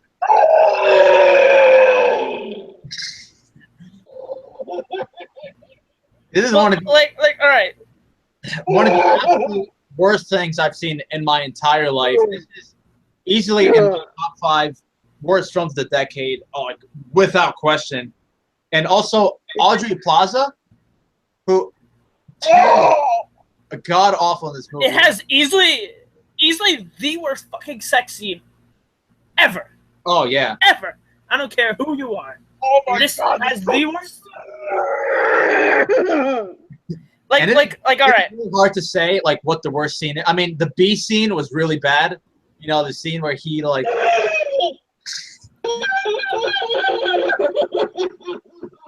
and like the scene where Zac Efron's like he's arrested and he's with the 2 police officers. That was just okay. This way. This film is an hour and 50 minutes long, right? And when the 40-minute mark passed, I felt like I was watching 3 hours of just pure madness and just pure garbage. And it took me I had to take 2 breaks in this movie. And keep in mind, I never take breaks during films, like never. Even I didn't take a break during this movie. I fucking mad through that shit. I was like, all right, it's either an hour or never. Get it done. I never have to watch it again. I may cry after I watch this. And I don't know how the fuck. This is coming from me, who doesn't take breaks. I didn't even take a break during Diary of a Wimpy Kid. Oh, I didn't take a break during that. I didn't take a break during that, and I don't know how you managed to survive from beginning to end. Because when I saw this, I had to pause it twice. I had to fucking just cool down because of what I was just watching. And this is like sex joke. Every deplorable joke. Oh my god. Well, okay, I'll say this. Not to say I love potty humor or like sex jokes and whatnot, but like I find them funny. It's just sometimes nonsense is just fantastic. But there's a certain point where all right, enough is enough. Because these weren't smart jokes, and I appreciate smart jokes. And this is supposed to be a comedy.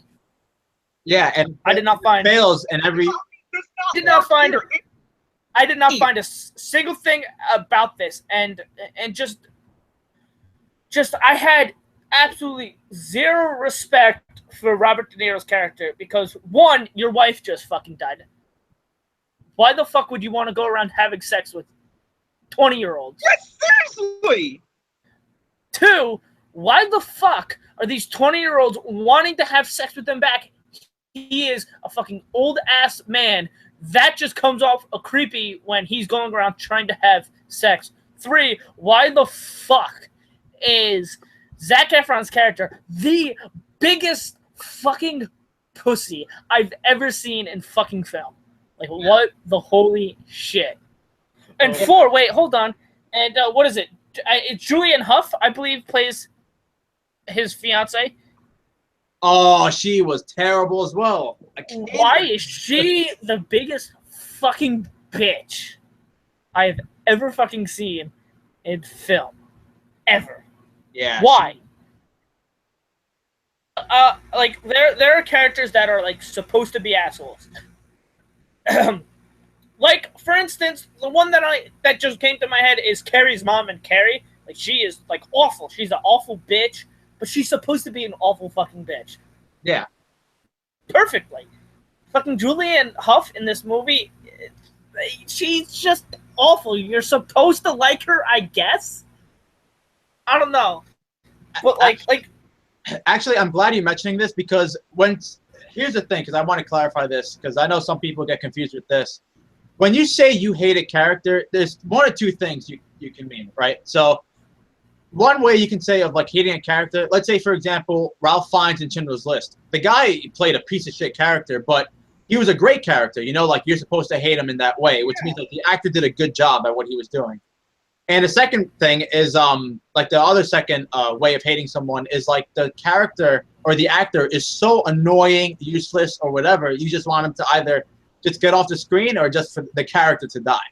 And when I say I hate every character in Dirty Grandpa, that's what I mean. Like I hated them in a sense where everyone annoyed me to no end. Like perfect example, J.K. Simmons in Whiplash is the biggest one. Like just such a jerk asshole. But like exactly, he's supposed to be an asshole, and J.K. Simmons perfectly portrays this asshole. Yeah, and then you got my favorite movie of 2014. My favorite movie of 2014, Foxcatcher. Steve Carell gave the best performance in it as John DuPont because in the first half of the film you see the bright spot of him, but then the second half of the film you see the actual dark side of him, and you see him as a love to hate character. Yeah, and then there's a character, for instance, like what's his face? The guy who plays Olaf. The guy who plays what? Olaf, who voices Olaf. I can't. Josh Gad. Josh Gad. Yeah, all right, Josh Gad in Pixel. He is so annoying in that movie. Yeah. Oh my God. And you're supposed to like him. You're supposed to root for him, and you just can't stand him. And I hate his character because it's just so poorly written. Yeah, and I feel bad for one of his favorite songs was because one of his favorite songs was Trashed in Pit Souls. Oh yeah, that was bad. All right, but Andrew, you have any? Because I think I pretty much said what I had to say. You have anything to add, Andrew? Yeah, but like I said, this movie. All right, so this movie, like I said, this movie is supposed to be a comedy, and it fails on all aspects. Yeah. I'm trying to be funny. Like I said, there is absolutely no reason why I should root for Robert De Niro's character. Said he is an old ass man, and it that comes across as creepy that just wants to have sex with all these younger women after his wife that he's been married for so long died. Yeah, and his reasoning? The day after she dies, that's when he wants to go on spring break and fuck all these women. And listen, and what's his reasoning? I haven't had sex in a while. Well, motherfucker, I haven't had sex at all. You don't see me fucking going around being a fucking pervert, you motherfucker. Yeah. So, yeah, this is just like an abomination. And let me say this now, because before I let Nick go, here's what I'll say. I've seen some movies this year that's been atrocious. You know, Diary of a Wimpy Kid, Fist Fight, Snatched. What's it? There's more. The Bye Bye Man is awful. Oh yeah, the Bye Bye Man. Look, all those movies, terrible films. I don't recommend at all. But you know what? None of them come even close to the atrociousness of Dirty Grandpa. Not even close. Right. Yeah, I'll say this. No. It's my third least favorite film of the decade so far. My third film of the decade. And I'll say this. And Diego, you know I can't stand Minions. And I can't stand Diver Wimpy Kid. I'd much rather, if I had a choice and it was a life or death situation, I'd much rather watch those two films over Dirty Grandpa any day. And I can't stand Minions. Yeah. And I can't stand Diver Wimpy Kid. But that just shows how bad the Dirty Grandpa is. It just, when I have rather watch Minions of all movie, over another movie, that just shows you how bad that movie is. Yeah, absolutely. But yeah, I mean that's pretty much what I gotta say about Dirty Grandpa. Nick Canino, what you gotta say, man?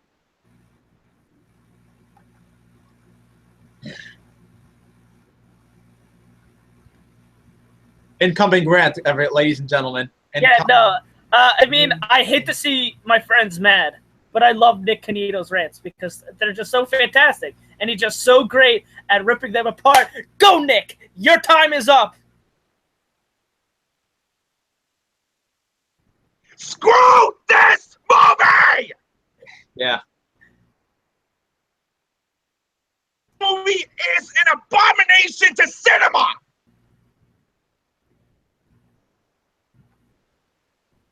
I mean, it It is the worst comedy I've seen this decade so far. It makes me want to watch Fist Fight, Jack and Jill, Rough Night, Movie 43, and Scary Movie 5 on a row while drowning in blood and having a of my ass than sit through a single goddamn minute of Dirty Grandpa ever again. Yeah, not saying a lot because I hate Scary Movie 5 and Movie 43, but Dirty Grandpa's worse than those two. Exactly. Not to mention, this is my third least favorite film of the decade so far. My third least favorite. The Emoji Movie and 50 Shades Darker still retain as two of the worst films I've seen this decade. Not to mention, Dirty Grandpa is in my top 20 least favorite films of all time list.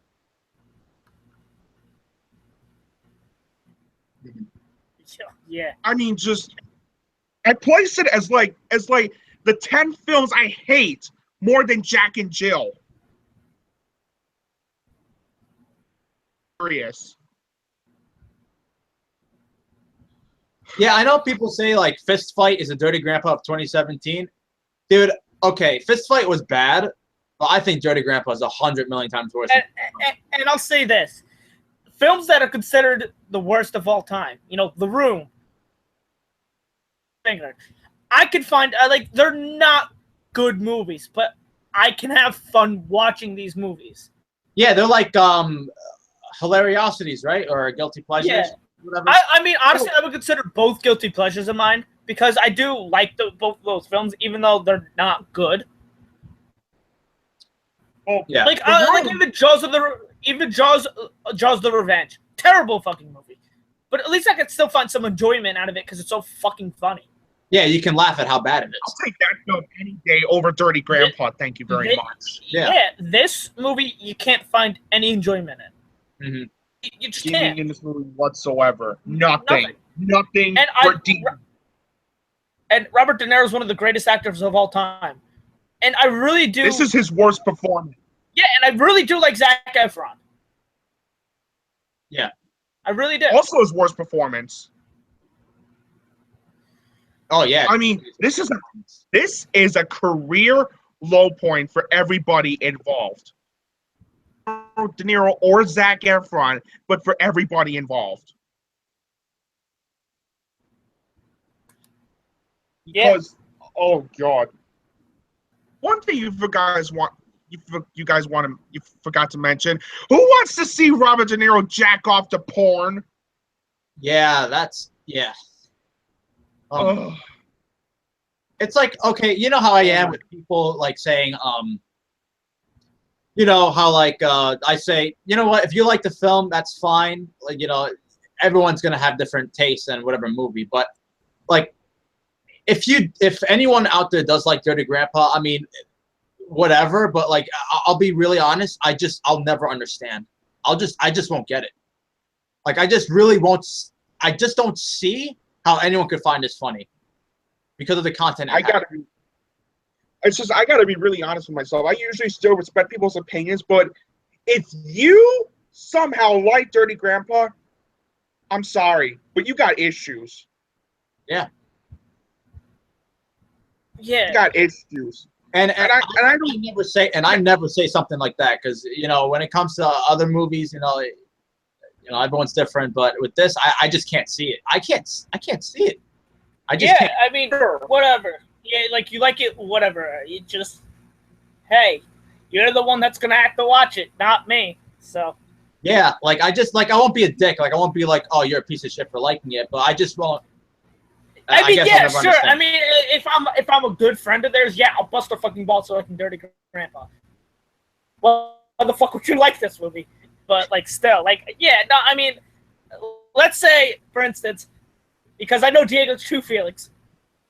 Diego's favorite movie of all time is Dirty Grandpa. I'm not gonna be like, I'm trying to make a point. I'm trying to make people appreciate people's opinions better and respect their opinions better. So just let me, let me do this. All right, Diego's favorite movie of all time is Dirty Grandpa. I hate Dirty Grandpa. I'm not gonna go, oh, Diego, you're such a fucking goon because you like Dirty Grandpa. Like, you should go, like snort some coke or something. Like, no, Andrew, I'm probably already on coke because I like the movie. Apparently, it's my favorite movie of all time.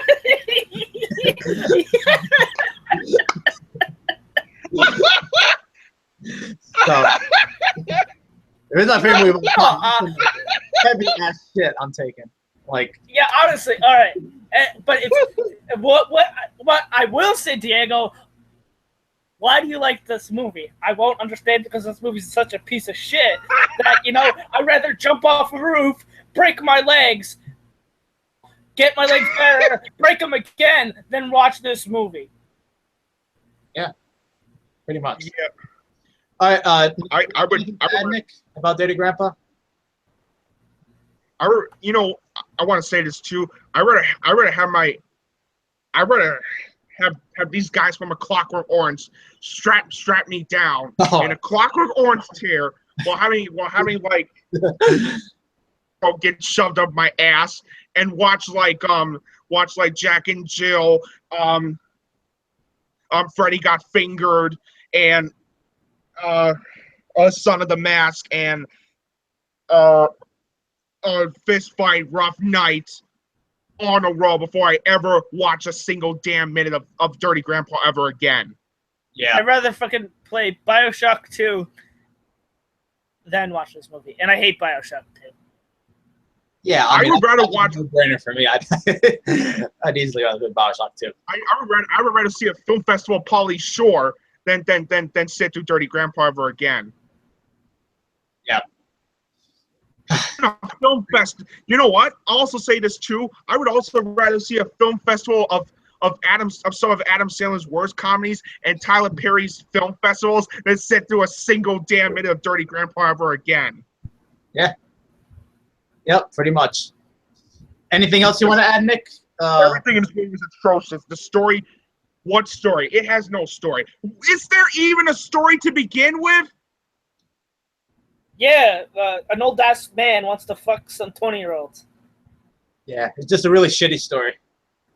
Yeah, that story makes no sense. Yeah, and it's not funny at all. Like, you just want your character to die. Yeah, exactly. The script is horrendous. Not to mention, Dan Mazer directed this film. Dude, don't ever do something like this ever again. Yeah. Not to mention, he was one of the writers of one of my all-time favorite comedies, Borat. Oh, Borat. Yeah. Yeah. Funny movie. Dude, this never again. Never do something like Dirty Grandpa ever again. Yeah. And the acting was atrocious. I thought Robert De Niro's performance in The Adventures of Rocky and Bullwinkle was awful. Let me tell you, this is an all-time worst performance in Dirty Grandpa. And you know what? It's a crime that this movie won no Razzies. Yeah, the Razzies just all of a sudden had to get political. They just all of a sudden had to get political by nominating a fictionalized Hillary Clinton documentary.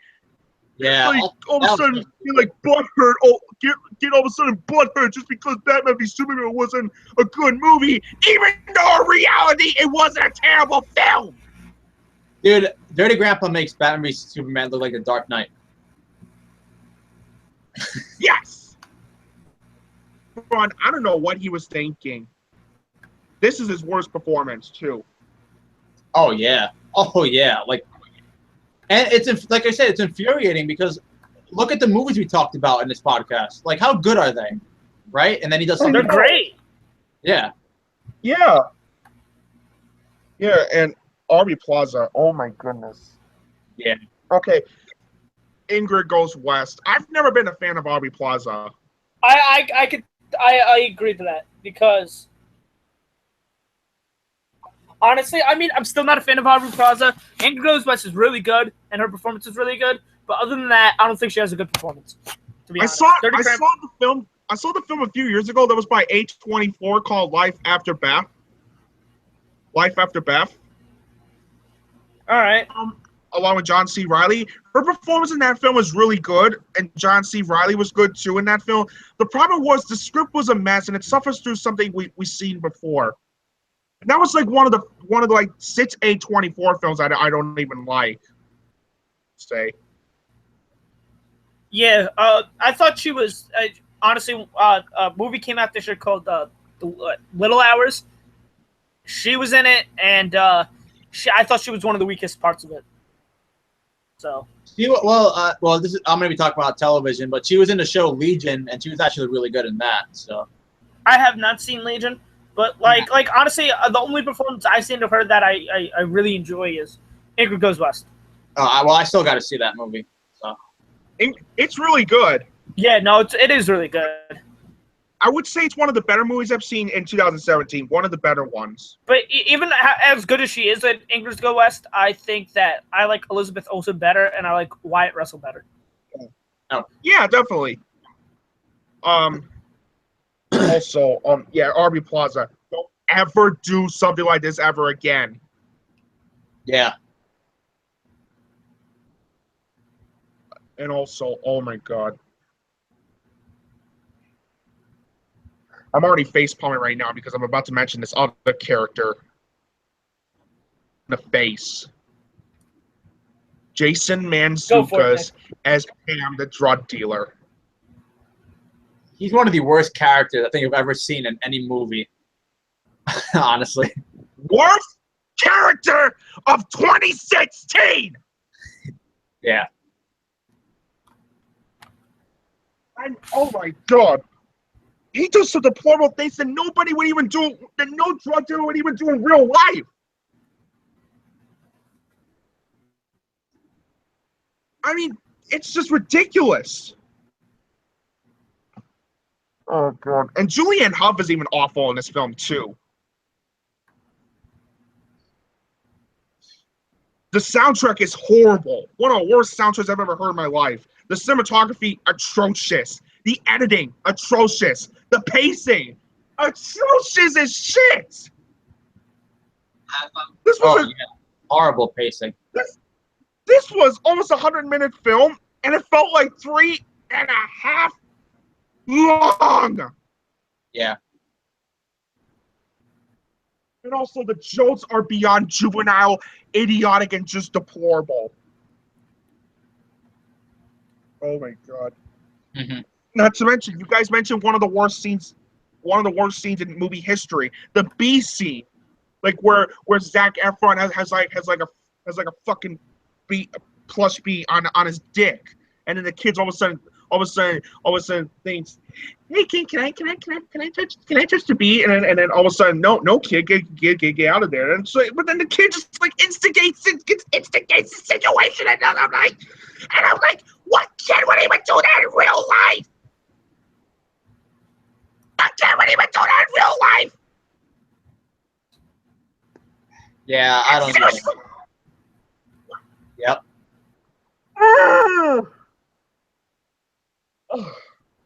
I haven't went this insane ever since I did like the worst of summer podcast with Sammy. I haven't went this insane. That's how bad the movie is. Yep. And the ending is one of those endings that makes you feel dirty.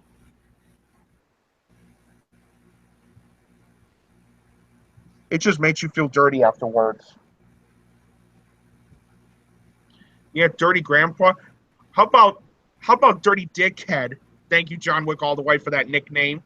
How about dirty fucking asshole? How about dirty butthole? Yeah, there you go. Yeah. How about dirty Sanchez? Or even better, how about dirty lava dump asshole? I like that one. That's what I'm gonna call it from now on. You know, dirty lava dump asshole. You know what's sad? All the names you guys mentioned is actually funnier than any joke in the movie. It's actually like when I watched The Bible Man, I was trying to come up with better names than the Bye Bye Man. With I saw it with my friend Ryan actually, and we just kept saying like the weirdest shit. Like we'd find things in the room. We were like, stop sign man. That's more scarier than the Bye Bye Man. I call the Bye Bye Man the Poo Poo Man. Yeah. Yeah. Or even better, the Bye Bye Man. How about the Bullshit Man? Yeah. So, you have anything else you want to say about Dirty Grandpa, Nick? I'll just get to my overall because I pretty much said it all about Dirty Grandpa. I'll just get to my overall thoughts. Overall, Dirty Grandpa is easily the worst R-rated comedy film of the decade. Yeah, I can agree with that. Yeah. It features an all-time low performance from Robert De Niro, Zac Efron, Aubrey Plaza, and to everybody involved. And it's one of those films that just makes you feel dirty after you watch it. And it is one of the most disgusting, sickening, and depressing pieces of trash films I had ever seen in my entire life. Yep. And that is why Dirty Grandpa is easily the worst Robert De Niro film I had ever seen. Robert De Niro, you better not do something like this ever again. Zac Efron, don't do something like this ever again. Aubrey Plaza, don't do something like this ever again. And to everybody involved, do not do something like Dirty Grandpa ever again. Let's just make sure another movie like Dirty Grandpa does not happen. Yeah, let's hope not. I give this movie a big fat F for fuck you. It's officially -1 for me now. Yeah. Originally it was a out of 5. But now I give it a -1 out of 5. It is one of my top 20 least favorite films of all time list. You know, hell, I placed it on the top 10 worst on the top 10 films I hate more than Jack and Jill. Wow. That's how bad this movie was. Yeah. The worst Robert De Niro film I've ever seen. Fuck this movie. Exactly. All right. That's the worst movie I've ever seen. That is a wrap on our Robert De Niro podcast. But before we end it, I do have an announcement. Well, I did make this announcement. Uh-oh. I know what it's called. Yeah. I'm acting like I'm surprised. I made this announcement on Facebook, but if anyone is watching who doesn't have Facebook, doesn't know the podcast, I'll just say it anyway.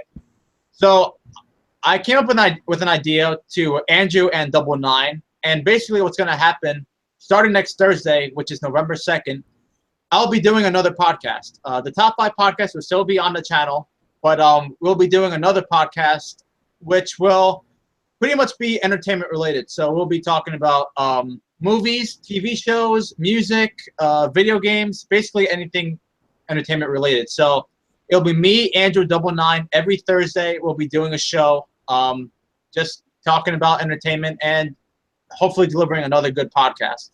So I'm really excited to be doing that. It's going to be a lot of fun.